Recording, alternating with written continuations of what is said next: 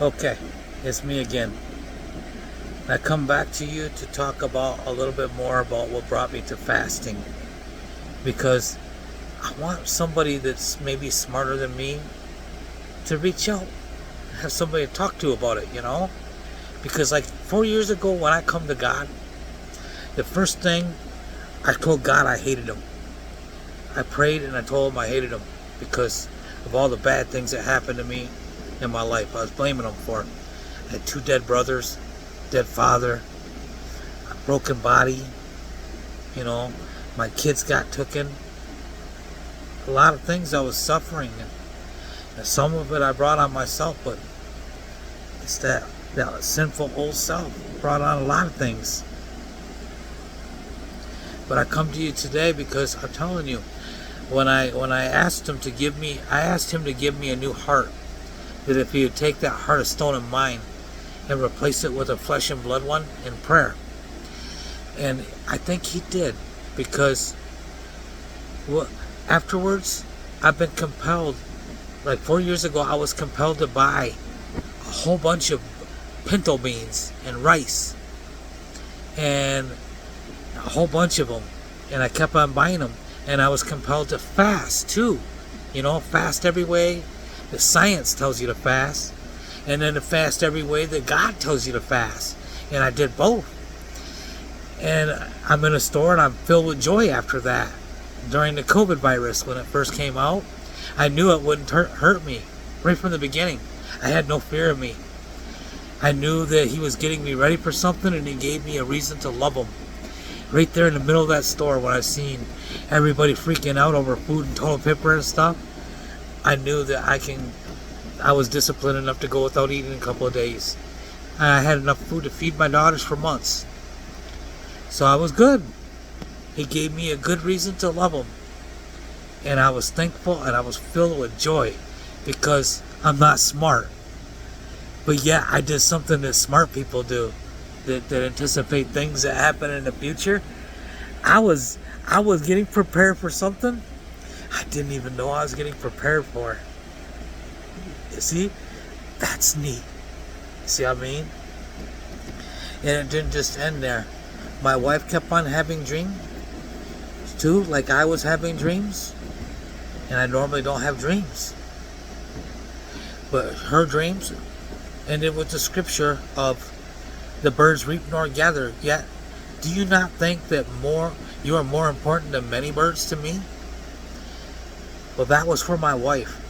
And the one for me was, take up the cross and follow me, or you are not worthy of me. Or let the dead bury their own dead. Follow me. And we left to follow him that 4 years ago.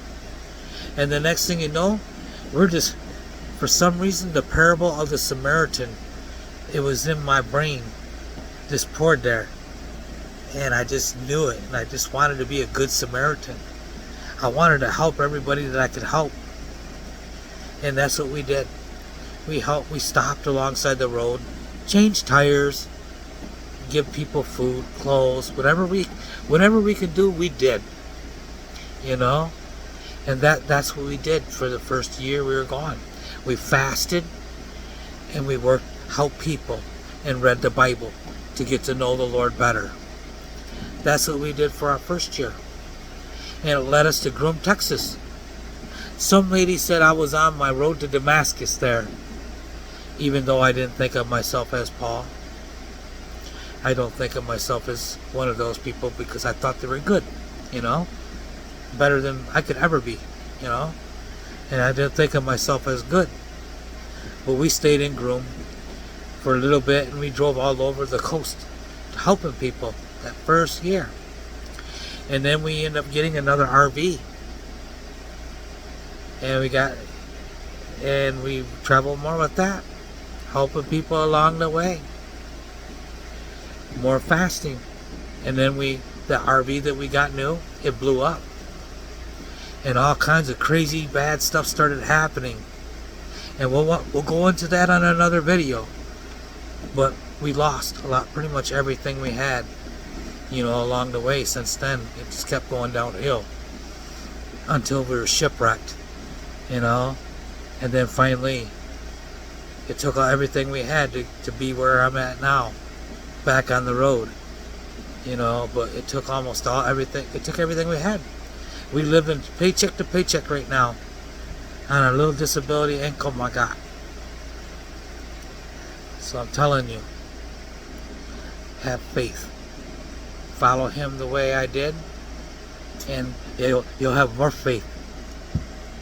But again, my point was in telling you all this stuff before I went down the wrong road with you, maybe a little bit, was just I was gathering beans and rice and quinoa and fasting for the first year and talking to people and helping people. And then the second year, we were led from Groom to Arizona, to the desert, by winter that year. And we were called to do more fasting and still help people. But then, you know, it was still gathering things. But on our way back home to see my children, things started getting better. The God started doing a new work in my children. And he started, and I think I needed to go and see that, you know. And I went home and I did. And my daughter come to God, my oldest daughter. I thought that was me. But we ended up going back on the road. And this time, we were kind of compelled to can things. Like potatoes and carrots and meat. And learn how to make bread. You know, like breads. Unleavened and leavened breads. We were called to make them things. And we were in the desert cooking our breads and stuff. Canning our foods. Everything we've done, we've been ahead of the game in some way or another from what this world's cooking up. I don't know what it was cooking up even then. But now, this has been our third or fourth year. And when we came home this time, me and my wife, we were compelled to buy wheat berries. Wheat berries. Yeah. Wheat berries. Still fast, still help poor, still help people, but now the Spirit in us has been calling us to get wheat berries. I read in the Revelations where the fourth horseman rides, or one of them horsemen, it talks about an ounce of something for a pound of wheat or a quart of wheat. It talks about that in Revelations, about when famine comes, a day's wages for just a little bit of flour for your bread. So I'm pretty sure the Spirit was getting us ready for a hard time to come. I think famine's coming, folks. Because every time we have gotten ready for something, we've just been ahead of the game. We're ready. We're ready for famine. We got food and we can help people.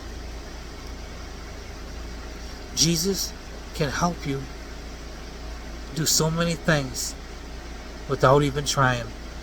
Because look at me. My brain is broken, people. I'm not smart. And yet, they're talking about famine on TV and food shortages and water shortages and all kinds of things. And me and my wife were ready. How cool is that? I'll leave you with that. God bless you. Love you. Bye.